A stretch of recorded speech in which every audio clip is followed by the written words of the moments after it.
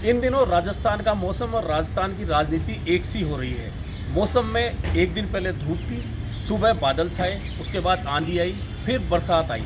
राजस्थान की राजनीति भी ठीक वैसी ही चल रही है, खास तौर पर कांग्रेस की राजनीति। कभी यहाँ तनाव होता है, कभी मनाने की कोशिश होती है, कभी बयान आते हैं, कभी बयान वापस लिए जाते हैं। लेकिन इन सब बयानबाजियों के बीच और इस मौसम की अदला बदली के बीच 26 तारीख काफ़ी अहम रहने वाली है। 26 तारीख इसलिए अहम रहने वाली है क्योंकि राजस्थान की चुनावी रणनीति को लेकर कांग्रेस के अध्यक्ष मल्लिकार्जुन खड़गे एक बैठक ले रहे हैं, जिसमें प्रभारी रंधावा, मुख्यमंत्री अशोक गहलोत, पीसीसी चीफ गोविंद सिंह डोटासरा सहित 3 सह प्रभारी अभी तक तय हैं कि बैठक में मौजूद रहेंगे। लेकिन कुछ नेताओं को और बुलाया जा सकता है।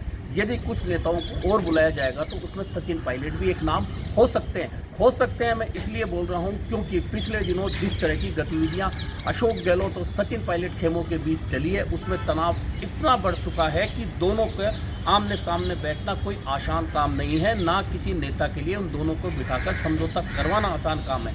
ऐसे में 26 तारीख काफ़ी अहम रहने वाली है, जिसमें राजस्थान के विधानसभा चुनाव की रणनीति तय होगी। हालांकि उसी दिन छत्तीसगढ़, मध्य प्रदेश और तेलंगाना को लेकर भी बैठक रखी गई है, जो 26 के साथ 27 तक चलेगी। लेकिन चूंकि राजस्थान में जितना अंतर्द्वंद कांग्रेस में है और किसी भी राज्य में नहीं है, ऐसे में यहाँ इस बात का फैसला अब कांग्रेस को लेना ही होगा कि अशोक गहलोत और सचिन पायलट साथ रहेंगे या दोनों के रास्ते अलग अलग होंगे। इसका फैसला ना तो अशोक गहलोत को लेना है, ना सचिन पायलट को लेना है। मल्लिकार्जुन खड़गे कांग्रेस अध्यक्ष हैं या गांधी परिवार है, उनको ये फैसला लेना है। ऐसे में 26 तारीख काफ़ी अहम है।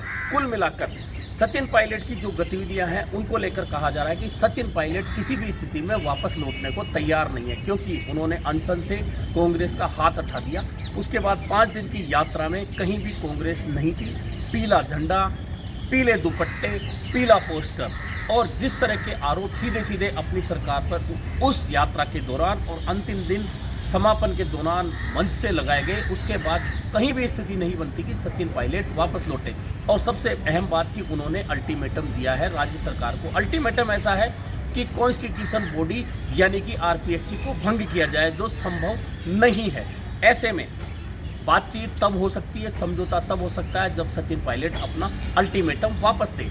और अगर वे अल्टीमेटम वापस लेते हैं और पार्टी उन्हें कहीं सेटिस्फाइड करती है, कहीं वो पद पर आते हैं, तो अंगुली उठेगी कि आखिरकार क्या उन्होंने पद के लिए ही यह अल्टीमेटम दिया था।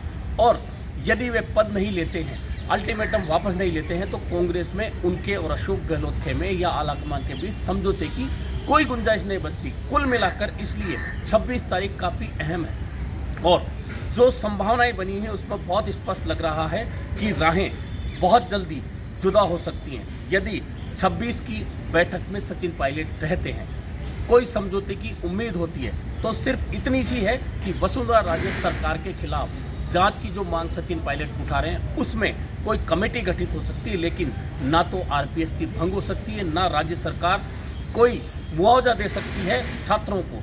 कुल मिलाकर अब यह तलवार खिंच चुकी है। वैसे भी अब 9 दिन हो गए हैं उनके अल्टीमेटम को, 8 दिन, अब 7 दिन का समय और बचा है। इसके बाद में सचिन पायलट का अल्टीमेटम समाप्त हो जाएगा। इस बीच 26 तारीख को ये बैठक होने जा रही है और अगर इस बैठक में कोई संभावना बनती है तो कांग्रेस के लिए ये सुखद हो सकता है, अन्यथा निश्चित मानिए सचिन पायलट, अशोक गहलोत, या कह सकते हैं कि राजस्थान कांग्रेस और सचिन पायलट की राहें अलग अलग होंगी और उसके बाद दोनों खेमों को यानी कि कांग्रेस को भी मुश्किलों का सामना करना पड़ेगा और सचिन पायलट को भी खुद को साबित करना पड़ेगा, क्योंकि अब तक वे कांग्रेस में मंत्री रहे, कांग्रेस में सांसद रहे, कांग्रेस के अध्यक्ष रहे, कांग्रेस के विधायक रहे। लेकिन यदि राहें अलग होती है तो उसके बाद खुद को साबित करना बहुत बड़ी चुनौती होगी। वहीं कांग्रेस को भी सचिन पायलट को छोड़कर फिर से स्थापित होना, मजबूती के साथ आना चुनाव में, यह बहुत बड़ी चुनौती होगी। ऐसे में 26 मई